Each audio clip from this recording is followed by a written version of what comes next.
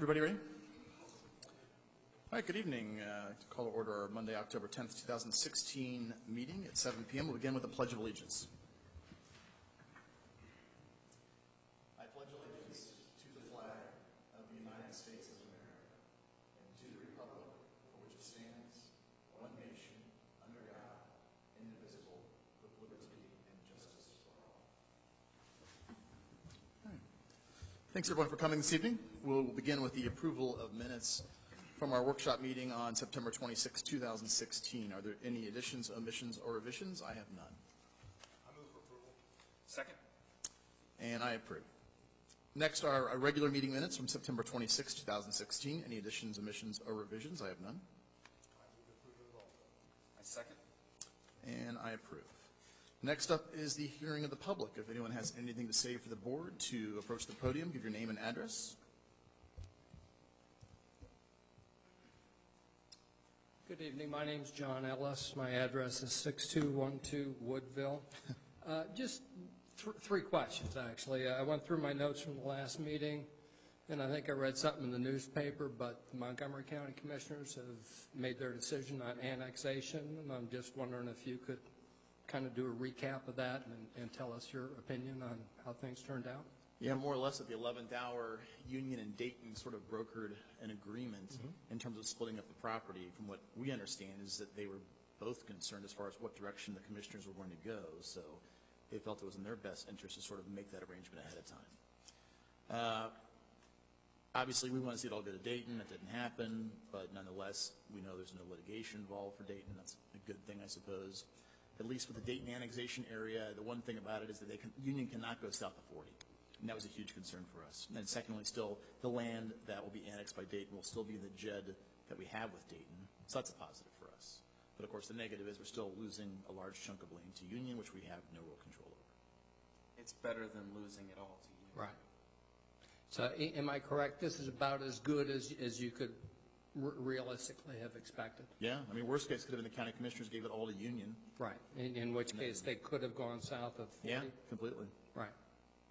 Just a quick question on the same thing. If there's some sort of an incident requiring police or fire at that P&G facility, considering the distance from unions, who responds to that?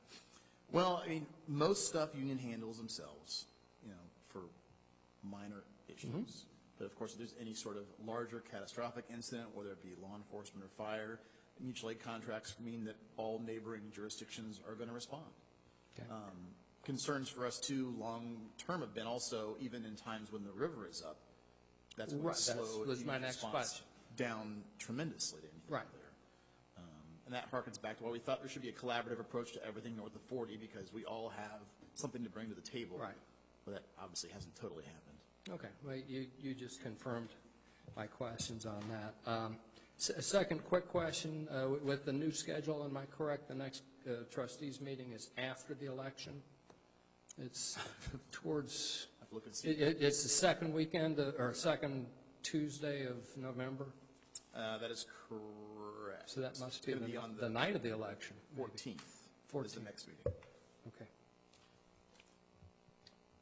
And my last question, sir. Unfortunately, there was a situation at Walmart that made headlines here this weekend. I'm just wondering if you can publicly provide any type of an update as to the status of that. Sure. As of this morning, we've been able to identify the two suspects involved, and tomorrow morning we hope to have charges filed and warrants issued on them. We have alerts out to all the other local agencies with all of their information. We've been in contact with several of the family members trying to get them to turn themselves in. We've still not located the vehicle of the owner, and we've been in touch with the owner, but we're hopeful that that vehicle will turn up shortly.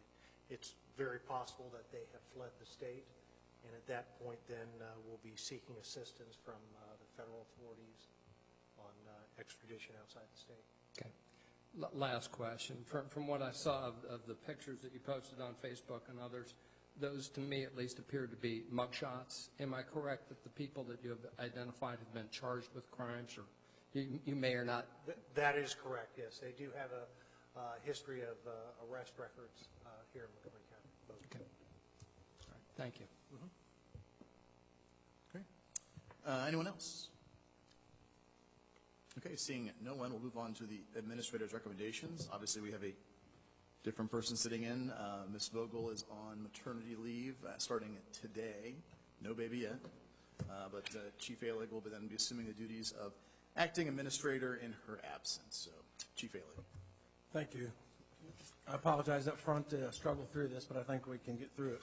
First one to bring into your attention is Resolution 16-64, the fee payment schedule for solid waste collection and disposal district for 2017. I believe this was talked about in the past, and it looks for your approval for tonight. Okay, entertain a motion. I make a motion to approve Resolution 1664, resolution revised resolutions 1588, fee payment schedule, solid waste collection. I second. And discussion.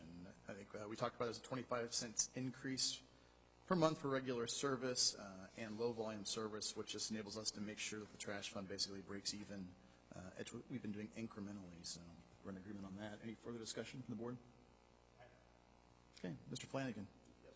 Mr. Breskin. Yes. I also vote yes. Resolution 1664 is approved. Thank you. Resolution number 16-65, resolution reorganizing Butler Township for 2017. I believe this is usually done a little bit later in the year, but this is some of the stuff that Erica was trying to get off her checklist to get done before she went on maternity leave. So bring it up for discussion if you want to do it now, and then also if you want to pass the resolution setting up the meeting schedule for next year. Entertain a motion. Yeah, I'll make a motion to approve 1665, resolution for the reorganization for 2017. I'll second. Okay, discussion. Yes, as a matter of fact, I'd like to go back to the discussion about having one of the meetings be basically a workshop / regular meeting. Basically, a lot of this falls out of the last meeting, where we had a workshop meeting, and we all had to hang around for half an hour meeting. This will allow us just to start the meeting, or putting workshop items to go right into the regular meeting if that's needed. Or we would just have a workshop meeting if there's no other agenda item. Or in the case where we have neither, we can just cancel the meeting. Anyway, my proposal is, let's try it next year for 3 months, reevaluate it at the end of that. If we don't like it, or anytime, it doesn't have to go that way. Or if we like it, we can just extend it for a year. I'm just saying, I think we should give it a shot. I really like the idea of being able to move around all the time. Yeah, and I don't have a problem with meeting in the round. I know we could move things quick enough as long as it's being recorded. I still, though, am hesitant in removing us to only one regular meeting a month. I understand. That's still regular. I know, I understand. But I also know that not having more meetings would probably be a benefit from what you've told me before. So all I'm saying is I will still want to leave as it is now, 2 regular meetings, workshops as necessary. That's my take, I guess. And then Nick can decide where we're going to go. So. Real quick, I just think we waste a lot of time. Plus, I don't think it's conducive to discussion. The problem is when we have a workshop meeting, we don't set up for the workshop because we have it before the regular meeting. And so if we have a full house, we can't have tables in the middle and have chairs move basically in the round. It just doesn't work. We would actually have to, if we want to do that, we would have to schedule an entire separate workshop meeting.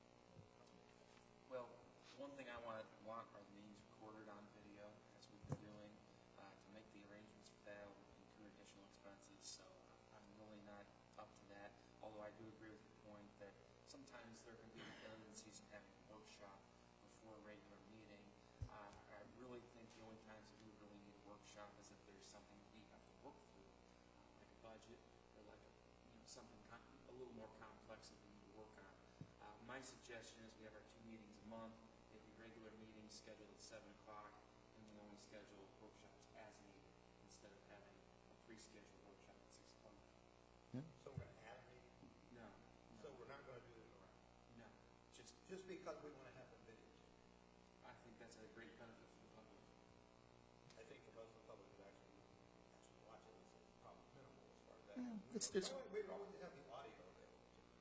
If we tried it out for a few months to see how it worked, we could always accommodate video with, I'm sure, a little additional cost as far as adding something. Well, I really think we want to get a table out and if we really want to get a table out and sit around it for a workshop in this room right down here, we can do that. I don't think it's a problem. And moving it's But again, the We have tons of, right, which I'm willing to bet that most meetings will be populated like this next year, unlike the near capacity.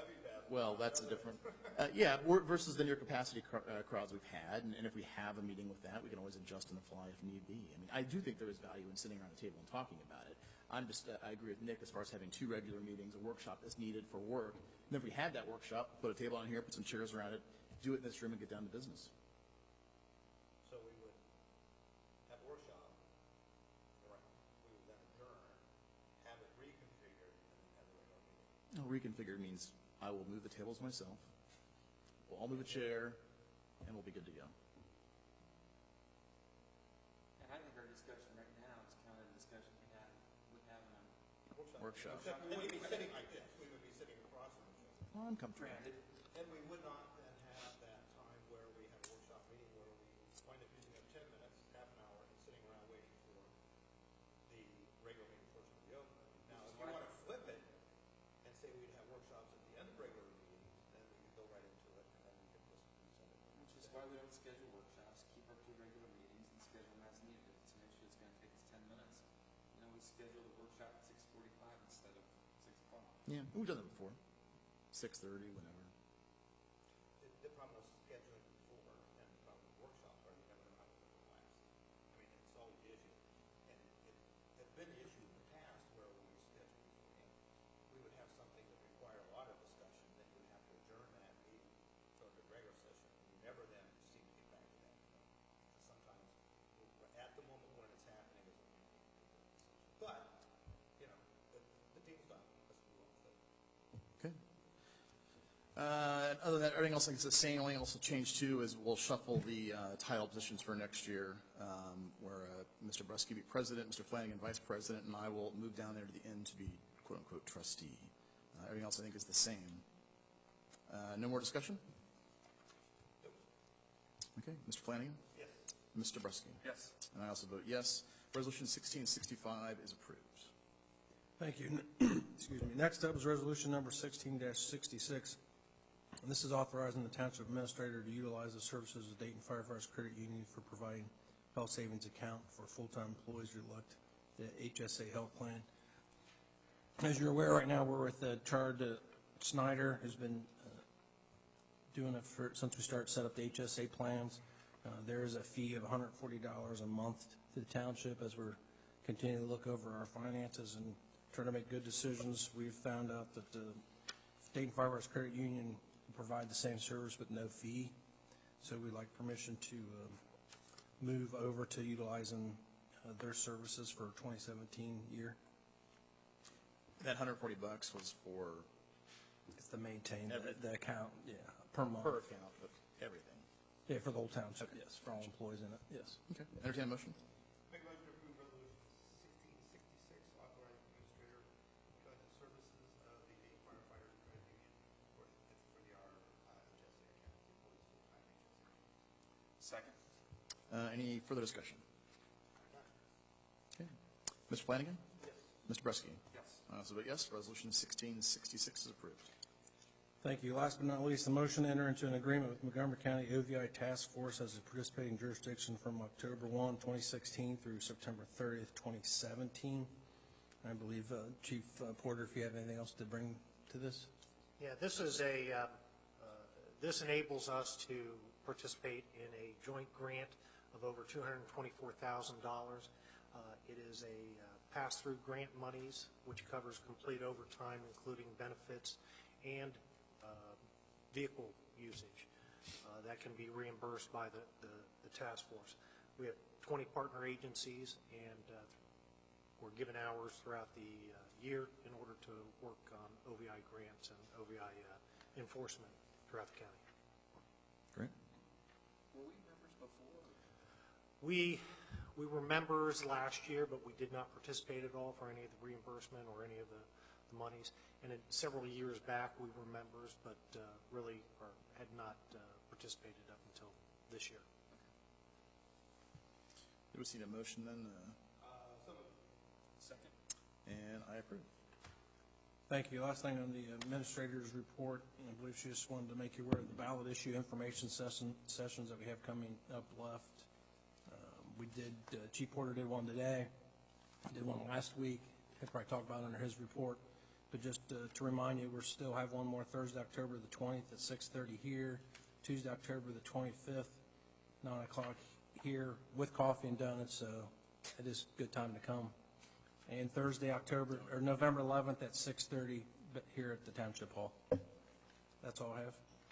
Great. Thank you, Chief. Moving on to informal business, the police department. I think there's a mistake on the November the 11th, I don't think is a correct date on that last one. It should be Thursday, November the 3rd. That would be after our election, so I just want to make that clear for the record.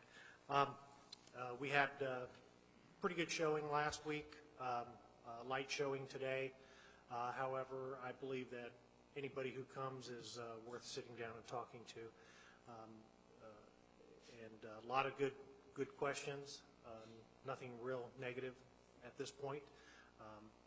We have more signs ordered, and we'll be in this week, so we'd like to remind any of the residents, if they're interested in a sign, to contact us, and we'll get them out to you. And hopefully the newsletter, which contains a lot of the information about all the levy ballot issues, along with the police levy handouts, will be hopefully completed by the end of the week. Great. That's it. Fantastic. Thanks, Chief. Thank you. Lost my train. Thank you. Hold on, back the Mr. Man of Many Hats over here. Fire Department Chief Ailig. Just a couple things to report. One, we'll be out passing out candy for Trick or Treat Night, which is coming up before you know it. I think police will be out also. And this is the month we do a lot of fire prevention activities, so please keep that in mind. There'll be, I think, some information in the newsletter. We'll be out. We've already done a lot of events already, and we'll stay out in the community for the month. That's all I have. All right. Mr. Adams is not here this evening. Mr. Flanagan's passed already. Mr. Bresky. I had the privilege of attending the information session this morning, and while it was sparsely attended, I think the residents that came were definitely informed, and I think this is a good thing, not only just to promote our levy, but to introduce our new police chief to the community. I've spoken to many of the people that attended the previous information session as well. They came back with more information as about the levy itself. One of the big, myths about the levy is that we could take the money if it were to pass and use it for sheriff's patrol. That is not true. So if you want to talk to anybody, if you're talking to your friends and neighbors, inform them that the funds raised by this levy were to pass would only pay for Butler Township police personnel. Great, thank you. Thanks to Chief Porter for hitting the ground running, obviously, with the work on the levy, and everyone else has been pitching in to help. It's vitally important that this levy passes to the future of not only the police department, the township, but also the township itself.